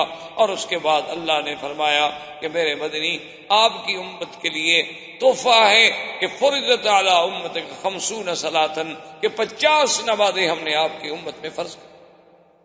پہلے احکام بڑے سخت ہیں. اچھا اگر جنابت ہو جائے مثلا 7 دفعہ غسل، اگر کپڑا پہ کچھ لگ جائے تو پہلے تو ایک حکم تھا کہ کاٹ دو، پھر حکم ملا کہ 7 دفعہ دھو گے تو تب پاک. اور نمازیں بھی 50 ہوئی. 50 نمازیں فرض ہونے کے بعد جب حضور صلی اللہ علیہ وسلم ایک ہدیہ عظیمہ لے کے آئی، اسی لیے علماء نے لکھا ہے کہ یاد رکھو ساری شریعت جو ہے وہ جبریل لے کے آئے ہیں. ایک نماز ہے جو خود میرا مدنی محمد مصطفیٰ لے.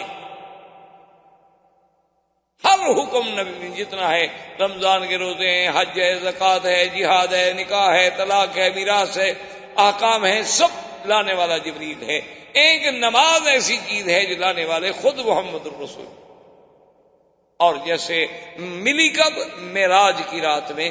اسی لیے حدیث میں آتا ہے کہ نماز جو ہے دراصل یہ بھی مومن کا معراج ہے، کہ مومن جب نماز پڑھتا ہے حدیث میں آتا ہے کہ ایسے انداز میں نماز پڑھو کہ انک ترا، کہ گویا تم خود خدا کو دیکھ رہے ہو. اور اگر یہ مرتبہ حاصل نہیں کر سکتے ہو، ابھی اس مقام پہ تمہارا گزر نہیں ہوا، تو فَإِن لَّمْ تَكُن تَرَىٰ فَإِنَّهُ يَرَاكَ، وہ تو آپ کو دیکھ رہا ہے. کم از کم یہ تو تصور کر لو. یہ تو نہیں کہ نماز پڑھ رہے ہو دور سے دیکھا جائے، معلوم ہوتا ہے کہ کھیل رہے ہیں، کوئی رومال بنا رہا ہے، کوئی کپڑے ٹھیک کر رہا ہے، کوئی جناب ماشاءاللہ کبھی گھڑی نکال کے ٹائم دیکھ لیتے ہیں، کبھی پیسے نکال کے اس جیب میں ڈال دیے، کبھی اس کو پکڑ کے ادھر کھڑا کر دیا، کبھی اس کو ادھر کر، نماز نہ ہوئی، تماشا ہوا۔ اور پھر دلائل دیتے ہیں کہ جی جائز ہے، بالکل جائز ہے، ضرورت کے لیے، تھوڑا ہے کہ کھیلتے رہو۔ ہم بھی مانتے ہیں کہ جائز ہے، لیکن جب ضرورت ہو۔ یہ کہاں لکھا ہوا ہے کہ بلا ضرورت بھی جائز ہے؟ اور جی حضور صلی اللہ علیہ وسلم 2 قدم آگے تشریف لے گئے تھے، پھر 2 قدم پیچھے، تو نفل نماز پڑھ رہے تھے، فرض میں تو کبھی نہیں۔ نفل نماز میں تو توسع ہوتا۔ تو بہرحال خیر، حضور صلی اللہ علیہ وسلم جب واپس آئے، حتیٰ کہ پتہ ہے ایک آدمی حضور کے سامنے اس نے صرف یوں کیا نماز میں، یوں تھوڑا سا کھجا، انسان ہے، کھجلی ہو جاتی ہے۔ حضور نے فرمایا لو خشع قلبہ لخشعت جوارحہ، اگر اس کے دل میں خشوع ہوتا تو اس کے ہاتھ میں بھی خشوع ہوتا، کبھی نہ ہلتے۔ اس کا مطلب ہے کہ اس کے دل میں ڈر نہیں، جس کے دل میں ڈر ہو وہ ہلے گا تھوڑا، یا وہ کوئی دوسری بات سوچ سکتا ہے؟ آپ دیکھیں ایک ہائی کورٹ کے جج کے سامنے آپ کھڑے ہوں، دیکھیں کیا حال، ایک مجسٹریٹ کے سامنے کھڑے ہوں، دیکھیں آپ کیا حال، اپنے متعلقہ آفیسر امیڈیٹ باس کے سامنے کھڑے ہوں، دیکھیں آپ کا کیا حال ہے۔ لیکن خدا کی دربار میں جو چاہ مرضی، اور جی سر ننگا بھی نماز ہو جاتی، ہاں جی بالکل ہو جاتی، کون کہتا نہیں ہوتی، بغیر قمیض کے بھی ہو جاتی ہے، جب وہ اتارتے ہو قمیض بھی اتار دیا کرو، کیا فرق پڑتا ہے، نماز تو اس کے بغیر بھی ہو جاتی، بغیر قمیض کے بھی نماز ہو جاتی۔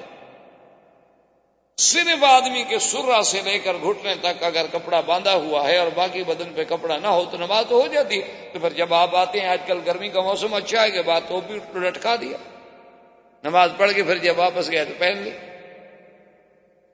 تو تماشا ہوا، کوئی عبادت تو نہ ہوئی نا جی، کہ جو آدمی جو چاہے، جس کی مرضی آئے، جو چاہے، خود فلسفہ، خود حکم، خود قاضی، خود منصف، خود گواہ، خود شاہد، خود بیان کرے۔ اور اللہ کا قرآن کہتا ہے یا بنی آدم خذوا زینتکم عند کل مسجد، کہ جب میرے لیے نماز کے لیے آؤ تو پوری تیاری کر کے آؤ کہ اللہ کے دربار میں جا رہے ہو، اچھی طرح لباس ہو، کپڑے اچھے ہوں، خوشبو لگی ہوئی ہو، وضو کر کے آؤ، اور بالکل خشوع خضوع کے ساتھ، قلب و قالب کے ساتھ اللہ کی طرف متوجہ ہوں۔ جب اللہ اکبر کرو، اللہ حضور نے فرمایا کہ جب تم نے نظر ذرا ادھر ہٹا دی تو اللہ بھی اپنی نظر رحمت ہٹا دے۔ اللہ کا نبی تو نظر نہیں ہٹانے دیتے اور ہم کھیلتے رہیں۔ حضور صلی اللہ علیہ وسلم کو جب 50 نمازیں فرض ہوئی اور 50 نمازیں لے کر آپ واپس آئے، تو جب آپ چھٹے آسمان پہ تشریف لائے تو آپ کو سب سے پہلے حضرت موسیٰ علیہ السلام نے استقبال کیا، اور موسیٰ علیہ السلام نے پوچھا کہ ماذا فرض علیک یا محمد، کیونکہ یہ سنت اللہ ہے کہ اللہ جب کسی کو اتنی بلندیوں پہ پہنچاتے ہیں تو پھر کچھ نہ کچھ اس کے لیے احکام بھی نافذ فرماتے ہیں۔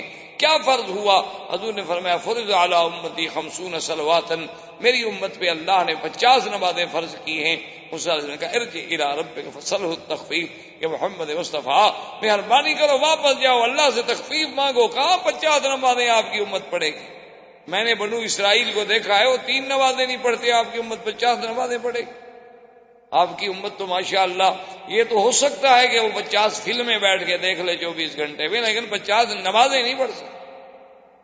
فلم دیکھیں نا ماشاءاللہ جناب، 80 سال کا بوڑھا بھی ہو تو بالکل نظر ہلتی نہیں، معلوم یہ ہوتا ہے کہ بالکل یہاں رک گئی ہے اور جام ہو گئی ہے پتلی۔ اور اللہ کے کعبے میں آئے تو کبھی ادھر رخ ہے، کبھی ادھر رخ ہے، کبھی ادھر رخ ہے، پتہ نہیں کیا قوم ہے، ہم کدھر جا رہے ہیں، مجھے تو آج تک یہ سمجھ نہیں آ سکتی۔ بلکہ ایک میرا دوست ہے، مر گیا بیچارے، اللہ ان کی قبر پہ رحمت فرمائے، بالکل بوڑھے آدمی، 70 سال سے بھی عمر زیادہ تھی میرے خیال میں، اور بڑی ماشاءاللہ بیچارے بوڑھے ہو گئے تو اینک شینک بھی لگاتے تھے۔ تو ایک دن میں کبھی کبھی جاتا تھا ان کی خبر گیری کرنے کے لیے، تو ایک دن میں گیا تو بیٹھے تھے اپنے کمرے میں، بڑی مشکل سے بیچارے اٹھے، بوڑھے آدمی تھے، دروازہ کھولا اور بیٹھ گیا جب، تو اپنا میں نے دیکھا کہ وہ سامنے تو ٹی وی شی وی چل رہا ہے، میں نے کہا حضرت اس کو تھوڑا سا بند کر دیں گے، میں کر دوں، آپس میں باتیں کرنے کے لیے۔ میں نے کہا میں ایسا کوئی نیک آدمی نہیں کہ نیکی کے لیے بند کر رہا ہوں، میں نے آپ سے باتیں کرنی۔ تو خیر میں نے اس کو بند کر دیا، تو اس کے بعد وہ رو کے جناب سننے لگے کہ ابھی ابھی مجھے ایسے تھوڑی سی نیند آ گئی تھی، ابھی ابھی سیدنا ابو بکر صدیق رضی اللہ تعالیٰ عنہ کی زیارت ہوئی، ابھی بھی تشریف لائے تھے. میں نے کہا حضرت فلم چل رہی تھی اور اس وقت بند تھی. جب حضرت ابو بکر آئے تھے تمہارے کمرے میں بدبخت فلم چل رہی تھی اور حضرت صدیق بھی یہاں آئے تھے. میں نے کہا مجھے پاگل بناتے ہو یار، کسی اور بے وقوف الو کو مرید بناؤ، میں اتنا جلدی نہیں بے وقوف بنتا تمہارے آگے. اور تمہارے یہاں فلم چل رہی اور کہتے ابھی ابھی سیدنا صدیق آئے تھے. کیا بکواس کر رہے ہیں؟ خدا کا خوف کرو، اللہ سے ڈرو کہ جہاں یہ منکرات ہوں وہاں تو کوئی فرشتہ داخل نہیں ہوتا کہ جائے کہ سیدنا ابو بکر آ جائے. نہیں جی نہیں، اصل میں وہ میں نیند کی بات کر رہا تھا. میں نے کہا اچھی نیند کی بات کر رہے ہو، فلم چل رہی ہے، 80 سال کی تمہاری عمر ہے، تمہیں نیند ہے، اس کو تو بند کر دو. اس کو کیوں نہیں بند کیا؟ چلو تمہیں تو نیند ہے، اس کو کون دیکھ رہا ہے؟ یعنی جب ہمارے بوڑھوں کا یہ حال ہوگا تو ان بچوں سے ہم کیا امید کر سکتے ہیں؟ ان سے کیا توقع کر سکتے ہیں؟ یہ تو پیدا بیچارے فلمی دور میں ہوئے ہیں. ان کا کیا گناہ ہے کہ کسی ایکٹر کی شکل بنائیں، کسی کے بال بنائیں، کسی کی کاپی کریں، جین پہن کے. جان تو ایک تو خیر ہماری جان چھوٹی ہے، جب سن نے جین پہننی شروع کیا نہ یہ غلطی ہے نہ دھونے کی ضرورت پڑتی ہے. والدین کو ایک بہت بڑا فائدہ ہو گیا، اور اتنا کہ 2 سال پیشاب کرتے رہو سارا اس کے اندر جذب ہو جاتا ہے. ایسا عذاب کا کپڑا اللہ نے ان کے گلے میں ڈالا ہے، ماشاء اللہ مبارک ہو ان کو کہ والدین خرچے سے چھوٹ گئے. اور جوں جوں پرانی ہوتی جائے فیشن بنتا جاتا، اور جتنے سوراخ زیادہ ہو جائیں اتنے آپ ماڈرن ہو گئے. عجیب عذاب ہے اللہ کا ان قوموں پر، اور بڑے فخر سے چلتے ہیں. اب تو لڑکیاں پہنتی ہیں ماشاءاللہ جی، اب تو ہم اور زیادہ ترقی کر رہے ہیں. انا للہ و انا الیہ راجعون. اس کے علاوہ ہم کچھ نہیں کر سکتے اور ہمارے بس میں. تو حضور صلی اللہ علیہ وسلم سے موسیٰ علیہ السلام نے کہا کہ حضور یہ 50 نمازیں کہاں پڑھیں گے آپ جائیں. حضور واپس گئے، اللہ نے فرمایا اچھا 10 معاف.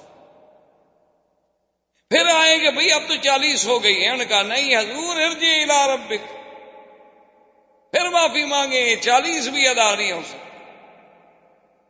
اب علماء نے کتنی عجیب بات لکھی ہے. انہوں نے کہا کہ یہ 5 دفعہ حضور گئے، 5 دفعہ آئے، تو موسیٰ علیہ السلام بھی ایک ہی دفعہ کہہ دیتے یا حضور ہی ایک دفعہ معافی مانگ لیتے اور اللہ بھی ایک ہی دفعہ معاف کر دیتے.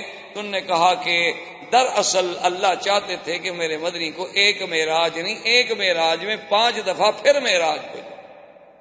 ایک دفعہ تو بیت المقدس سے ہو اور ایک دفعہ پھر سدرۃ المنتہا سے ہو اللہ کی طرف. اور موسیٰ علیہ السلام یہ چاہتے تھے کہ رب ارنی انظر الیک، کہ میں نے تو اللہ کو دیکھنے کی درخواست کی تھی، اللہ نے قبول نہ کی. میں خدا کو تو نہ دیکھ سکا، لیکن جو آنکھیں خدا کو دیکھ رہی ہیں میں ان کو تو دیکھتا رہوں بار بار. کم سے کم یہ آنکھیں خدا کو دیکھ چکی ہیں، چلو میں خدا کو نہ دیکھ سکا تو محمد مدنی کی آنکھوں کی زیارت تو کرتا رہا، ورنہ تو ایک دفعہ میں بھی معافی ہو سکتی.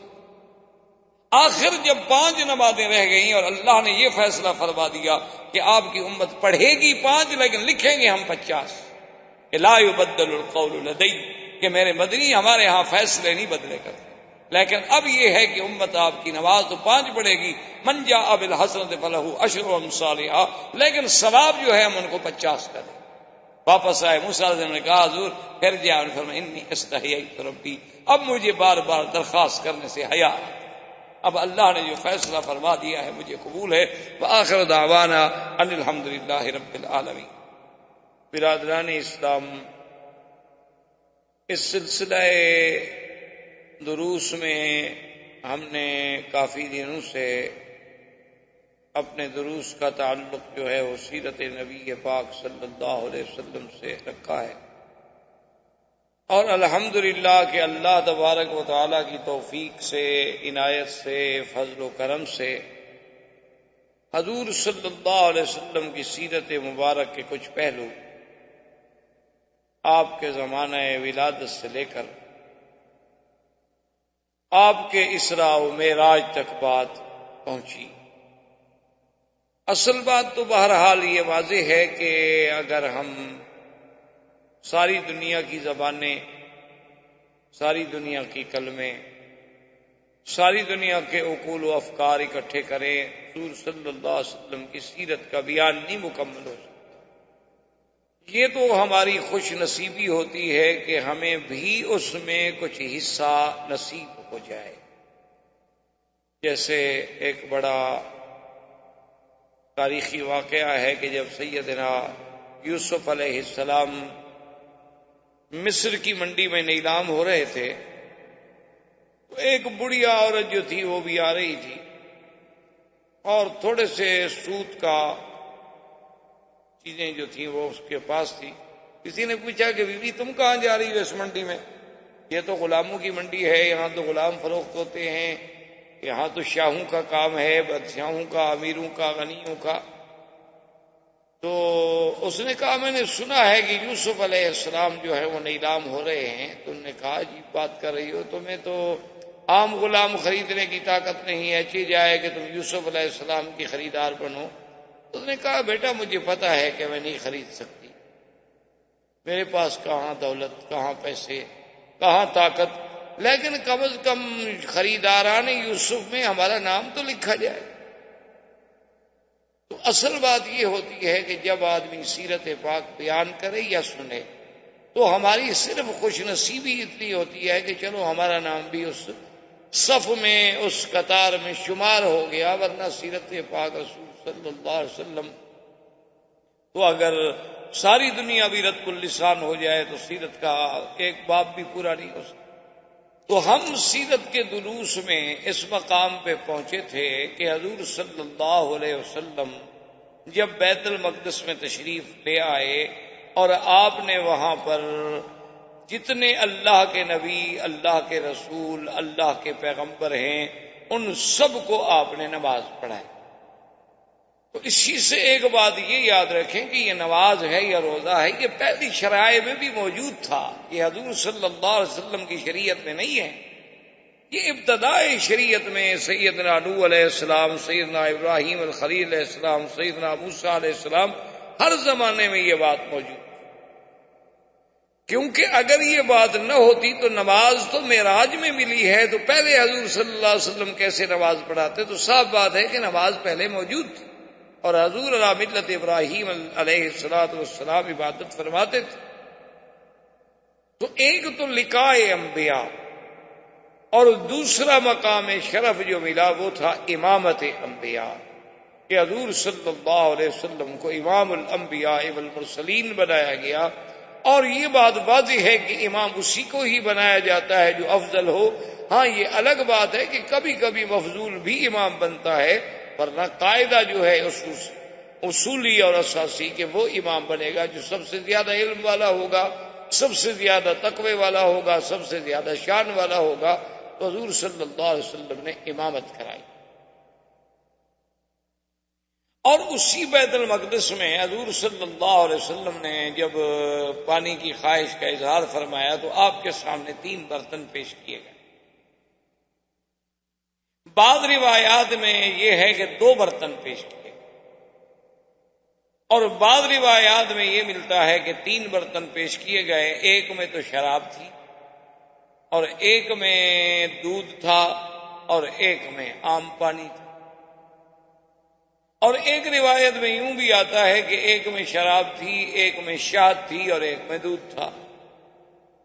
بہرحال حضور صلی اللہ علیہ وسلم کے سامنے یہ چیزیں پیش کی گئیں تو حضور صلی اللہ علیہ وسلم نے آپ نے دودھ کو اختیار فرمایا اور باقی برتن جو تھے وہ واپس کر دیے. تو جبریل علیہ السلام نے حضور کو مبارک پیش کی کہ یا رسول اللہ صلی اللہ علیہ وسلم آپ کو مبارک ہو کہ اخترت الفطرت، کہ آپ نے وہ چیز چنی ہے جو انسان کی فطرت سے تعلق رکھتی ہے. اگر خدا نہ خواستہ آپ شراب والا برتن لے لیتے تو غوت امتوں کا، آپ کی امت تو پوری کی پوری گمراہ ہو جاتی اور ڈوب جاتی. لیکن آپ نے دودھ کو اختیار فرمایا ہے اور دودھ جو ہے یہ انسان کی فطرت سے تعلق رکھتا ہے. اسی لیے یہ اتنی بڑی نعمت ہے کہ اللہ تبارک و تعالیٰ نے بچے کے پیدا ہونے کے بعد اس کے لیے جو غذا تجویز فرمائی ہے وہ دودھ ہے. ورنہ اللہ قادر تھے اور غذائیں بھی دنیا میں ہو سکتی تھی. اور اسی لیے میرے آقا سرکار دو عالم صلی اللہ علیہ وسلم کی حدیث مبارک ہے کہ جب کوئی آدمی آپ کو دودھ پیش کرے تو انکار نہ کرے، اس کو رد نہیں کیا جاتا. ایک خوشبو ایسی چیز ہے کہ کوئی آپ کو ہدیہ کرے تو آپ اسے رد نہیں کر سکتے، اور ایک دودھ ایسی نعمت ہے کہ اگر کوئی آدمی آپ کو پیش کرے تو آپ اس کو رد نہیں کر سکتے، اس کو ٹھکرا نہیں سکتے۔ ہاں یہ بات یاد رکھیں کہ بعض اوقات آدمی پہلے پی چکا ہے، اب وہ نہیں پی سکتا، یا بعض اوقات انسان کے بیماری ہے، کوئی تکلیف ہے جس میں دودھ سے ڈاکٹر نے منع کیا ہوا ہے، لیکن پھر بھی لے لے اس کے ہاتھ سے، اور لینے کے بعد تھوڑا سا ایک بوند لے کے رکھ دے تاکہ حضور صلی اللہ علیہ وسلم کی سنت پہ عمل ہو جائے کہ یہ ایک ایسی نعمت ہے کہ جسے ہم رد نہیں کر سکتے۔ اسی لیے بی بی ام سلمہ فرماتی ہیں رضی اللہ تعالی عنہا کہ جب حجۃ الوداع کے موقع پر حضور صلی اللہ علیہ وسلم تشریف لائے تو عرفات کے دن بی بی صاحبہ فرماتی ہیں کہ ہم اس مسئلے کو سمجھنا چاہتے تھے کہ کیا آج حضور کا روزہ ہے یا نہیں ہے، کیونکہ یوم عرفات کا روزہ جو ہے یہ بہت بڑا ثواب ہے۔ صحیح حدیثوں میں موجود ہے کہ جو آدمی یوم الوقوف عرفات والے دن روزہ رکھے تو اس کے 1 سال گزشتہ کے اور 1 سال آنے والے کے گناہ معاف ہو جاتے ہیں۔ تو اب دیکھنا یہ تھا کہ جب اتنی بڑی فضیلت ہے تو کیا حج کے دن حضور صلی اللہ علیہ وسلم نے عرفات میں روزہ رکھا ہے کہ نہیں رکھا ہے؟ تو بی بی صاحبہ کیونکہ انبیاء علیہ السلام کی ازواج مطہرات تھیں، اللہ نے انہیں علم بھی دیا تھا، اب حضور سے پوچھنا جی آپ روزے سے ہیں کہ نہیں ہیں یہ بے ادبی میں شامل تھا۔ تو بی بی صاحبہ نے دودھ کا پیالہ بھیجا حضور کی خدمت میں، کیونکہ بی بی جانتی تھی کہ حضور دودھ کبھی رد نہیں فرماتے، تو اگر آپ کو روزہ نہیں ہے تو لازمی بات ہے کہ آپ دودھ نوش فرما لیں گے، اور اگر آپ دودھ نوش نہ فرمائیں اور لے کے کسی اور کو دے دیں تو اس کا مطلب ہے کہ آپ روزے کے ساتھ۔ تو حضور صلی اللہ علیہ وسلم اپنی اونٹنی پر تھے، اور جب وہ دودھ کا پیالہ مبارک پیش کیا گیا تو حضور نے لے لیا اور پی لیا، تو سب صحابہ نے دیکھ لیا کہ حضور صلی اللہ علیہ وسلم روزے کے ساتھ نہیں ہیں، کیونکہ آپ نے دودھ نوش فرما لیا ہے۔ تو اسی سے پھر محدثین نے اور فقہاء نے مسئلہ نکالا کہ عرفات کا روزہ رکھنا بہت بڑی فضیلت ہے، لیکن اگر آدمی حج کر رہا ہو تو اس کے لیے نہ رکھنا زیادہ افضل ہے، کیونکہ حضور صلی اللہ علیہ وسلم نے خود عرفات کے دن روزہ نہیں رکھا۔ ایک آدمی حج پہ نہیں جاتا، جیسے آپ مکے میں ہیں، آپ کی ڈیوٹی ہے، آپ حج پہ نہیں جا رہے تو آپ روزہ رکھ لیں، 1 دن کا روزہ ہے، کون سا مشکل ہے۔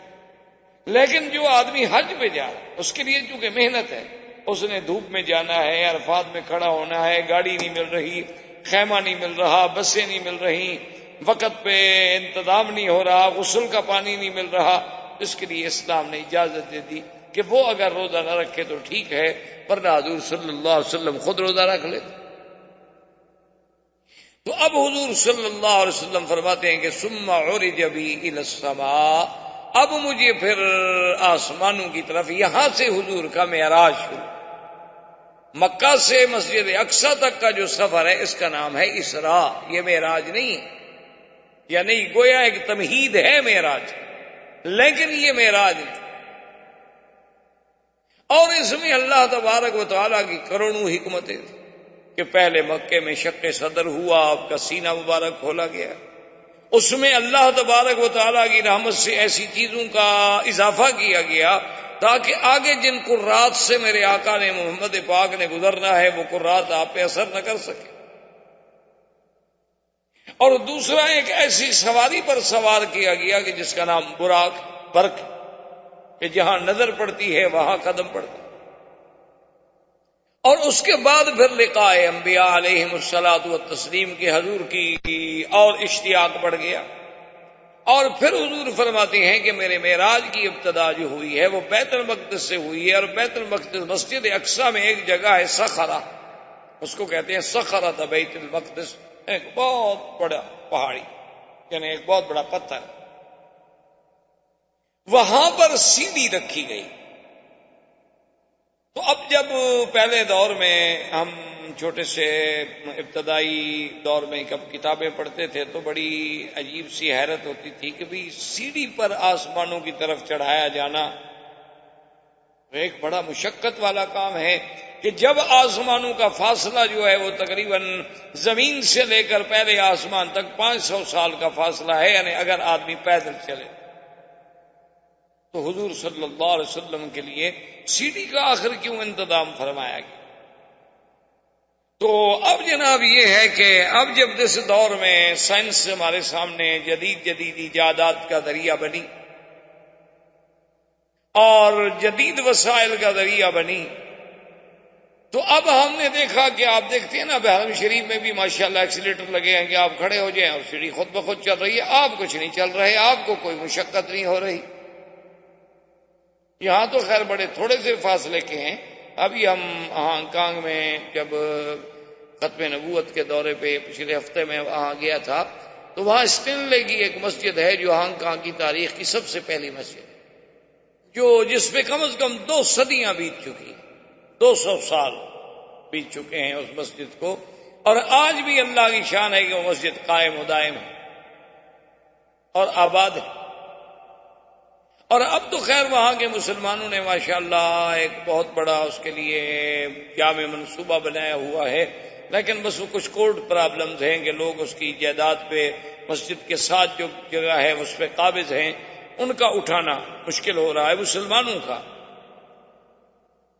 تو بہرحال میرے کہنے کا مقصد یہ تھا کہ جب اس مسجد کے لیے ہم گئے ماشاءاللہ تو کئی میل تک ان سیڑھیوں سے ایکسیلیٹر سے جانا پڑتا ہے کہ بھئی وہ اتنی اونچائی پہ ہے کہ بس آپ ایک پہ کھڑے ہو گئے، پھر اس پر آپ نے کچھ سفر طے کیا، پھر آپ تھوڑا سا پیدل چلے، پھر ایک اور ایکسیلیٹر آ گیا، پھر ایک اور آ گیا، تو میلوں تک کا سفر جو ہے وہ سارا اسی ذریعے سے طے ہوتا ہے اور آدمی کو کوئی تھکن نہیں، کوئی احساس نہیں۔